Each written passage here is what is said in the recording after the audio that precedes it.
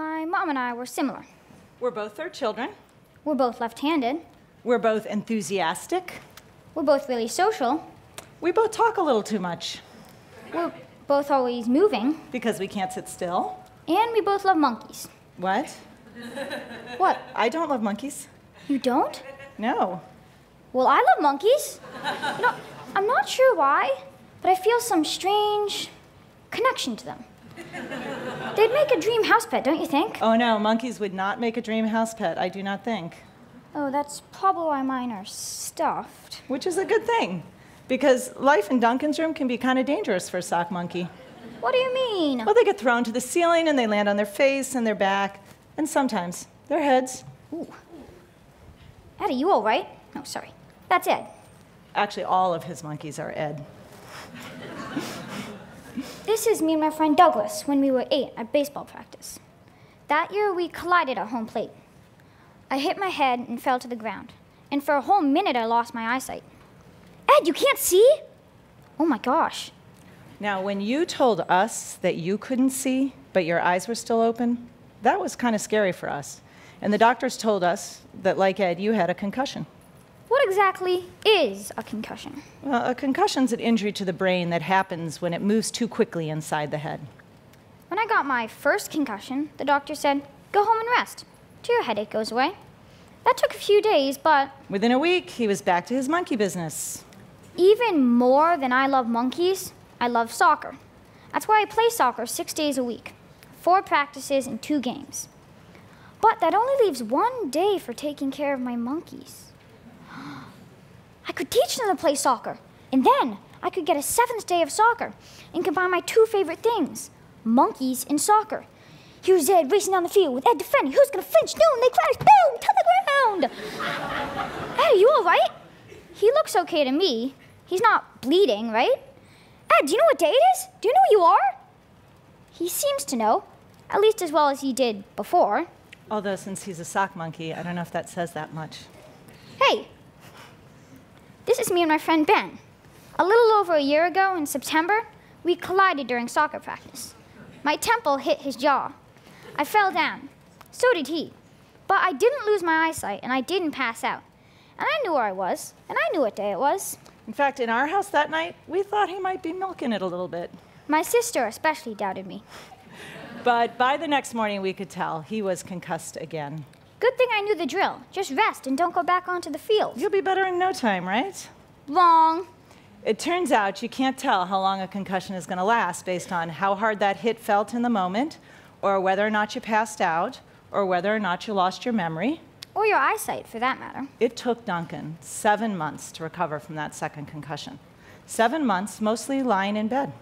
7 months without doing anything, Ed? That doesn't just get you moved to the bottom of the toy bin. That gets you packed up in a box and moved to the attic.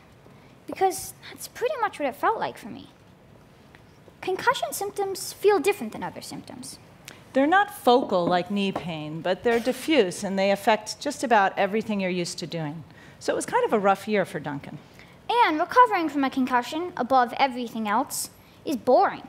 It hurt my head to be in bright or noisy places. I couldn't play sports. I couldn't go to school. He missed school. Yeah, I couldn't be around groups of people. The family dinner table wore me out. All movement, even walking, made the headache worse. So I lay still. But at least as I remember it, you and I got some great quality time together that year. Mom, what we had would be called quantity time. Quantity time is a whole other thing. Sometimes, in my dreams, I would be without a concussion. In those dreams, I'd be running, or playing soccer, or out on the playground with my friends. When I'd wake up, I'd feel crushed that the headache was still with me. Ed, how you feeling? Wow, he looks good.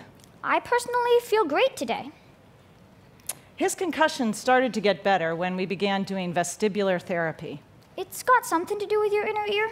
It's physical therapy for dizziness. It retrains your balance. I would try to keep my focus on a piece of paper on the wall, while moving my head back and forth. That looks easy. Well, yeah, it's easy now, but it was surprisingly hard to keep my eyes on that paper. I also had to relearn how to balance when running or walking. My physical therapist taught me by walking on unstable surfaces. Oh, what kind of unstable surfaces? Well, You walked on the monkeys? but I didn't step on their heads, so... So, Duncan, maybe Ed should take a break from sports. Why? Well, he's had 2 concussions. Mom, sock monkey parents say 3 concussions and you're done with contact sports, not 2. But each concussion amplifies your risk of getting the next one, so that by the time you've had 3 concussions, you're at as much as 9 times greater risk for getting another one. And that's why so many parents say 3 concussions and you're done with sports. So, Ed, we've really got to avoid that 3rd concussion. I have to agree. But you can reduce the risk of getting concussion without quitting contact sports. Here are my 3 important ways. 1, if you've already got a concussion or you feel dinged and aren't sure, do not return to play or any risky activities until your concussion is completely healed. Even Ed knows that. So then, if even Ed knows it, why does it keep happening that kids return to play too soon? Monkey see, monkey do. Kids do what they see other kids doing. Exactly. A recent report identified a really troubling culture of resistance in youth sports among both kids and coaches to this most basic safety rule that you can't return to play until all your symptoms are resolved. So if we want to change that culture, we need to really actively support those kids who do sit out. Agreed. 2, try to keep your head up when you're on the playing field. And why would that make a difference? Well, during a concussion, your brain moves in one direction, but it can snap back in the other direction. And so if your head is down looking at the ball? You'll be surprised by the hit. Yay, because we love surprises. We do! But this isn't a good surprise. Since you're surprised, you don't tense up and brace yourself. Whereas if you do tense up, you might be able to lessen the impact and possibly avoid that concussion altogether. Yeah, and it makes you better at the sport, so why not? 3, strengthen your neck muscles. Remember, your head is up, and you see the hit coming. And you instinctively tense up those neck muscles. If they're strong, they can absorb some of the energy from that hit. This could stop your brain from rattling around up there so much. Oh, so strengthening your neck muscles and keeping your head up, those 2 work together. Yep, and this is especially important for kids. And that's because humans are born with big heads and tiny bodies, and it takes a very long time for the growth in those bodies to catch up with our heads. We need to give these tiny necks a fighting chance of holding those giant heads in case of an impact. At the beginning of practice, we stretch. We run laps to warm up. Coaches, why don't we take 1 minute as a group to strengthen the kids' neck muscles? Do you want to show us how? Sure, these are shrugs, though they should be done at home with weights. And what if we're at practice so we don't have weights? You could do neck lifts on your hands and knees. Okay, can you show us? Sure. Okay, that's great, thank you. And those all seem like really good ways to avoid concussions. And do you mind if I add a couple of strategies for the adults? Only if they have nothing to do with bubble wrap. No bubble wrap. So concussions in pro sports are all over the news, especially football. But I think that we should refocus some of our attention away from those adults and towards youth sports. You don't think the pros matter? No, they do matter, but there are about 2,000 NFL players and maybe 1,000 Major League Soccer players. How many kids play? 3 million kids play football and 3 million kids play soccer. So that tiny red soccer ball up there in the corner, that represents the pros, and that enormous green soccer ball, that represents the kids. I think we should refocus our attention towards that larger group. How many concussions are we talking about? A lot. So strategy 1 for the adults is let's start focusing on the children. I think I like that. Also, we noticed during Duncan's concussion that some adults are not comfortable talking about concussion in youth sports. Why? I'm not really sure. But I think if they were, we could have more routine discussion with much younger children about the norm of not returning to play. That's easy. Yeah. Also, I think there are some adjustments that could be made to some sports to make them safer if we had a more open conversation about it. What kinds of adjustments? Well, so you know that in youth football, we already limit contact drills. And in youth ice hockey, we don't allow body checking until kids turn 14 or 15, when those necks are stronger and the brains are more developed, they've been through puberty. Yeah, but those are the top 2 concussion sports. That's true. But you see, they're not alone. Soccer turns out to be a lot more dangerous than I think many parents realize. For girls, it is the top concussion sport. And if you look at that list, you'll see that for boys, it's the top sport without a helmet. Good point. Most concussions in soccer happen when two kids collide, often as they go to head the ball.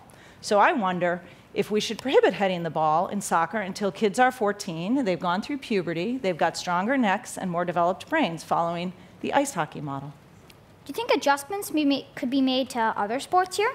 Sure. I wonder whether girls in lacrosse should be wearing helmets the way boys in lacrosse wear helmets, whether girls in field hockey should be wearing helmets, and maybe kids shouldn't be sliding headfirst in baseball. I don't know, but I am pretty sure we could improve our conversation about which adjustments are worth it. So, why do we still let him play? Wait, what? Why do we still let you play, given what we know about your heightened concussion risk? This isn't what we were supposed to be talking about. I don't like where this is going. Well, fortunately for you, there are plenty of good reasons to let kids play. Teamwork, physical fitness, managing conflicts. Mom. Isn't the main reason for playing that soccer's just fun? Yeah, that probably is the main reason that we still let Duncan play. Because this kind of physicality, that is far more expressive for Duncan than anything that comes out of our adult mouths. Blah, blah, blah. See? And if my kids find that kind of pleasure, I really don't want to stand in their way if I can help it.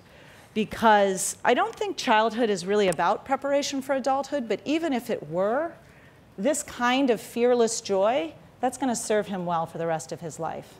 However, I don't feel positive that we have gotten the balance entirely right here.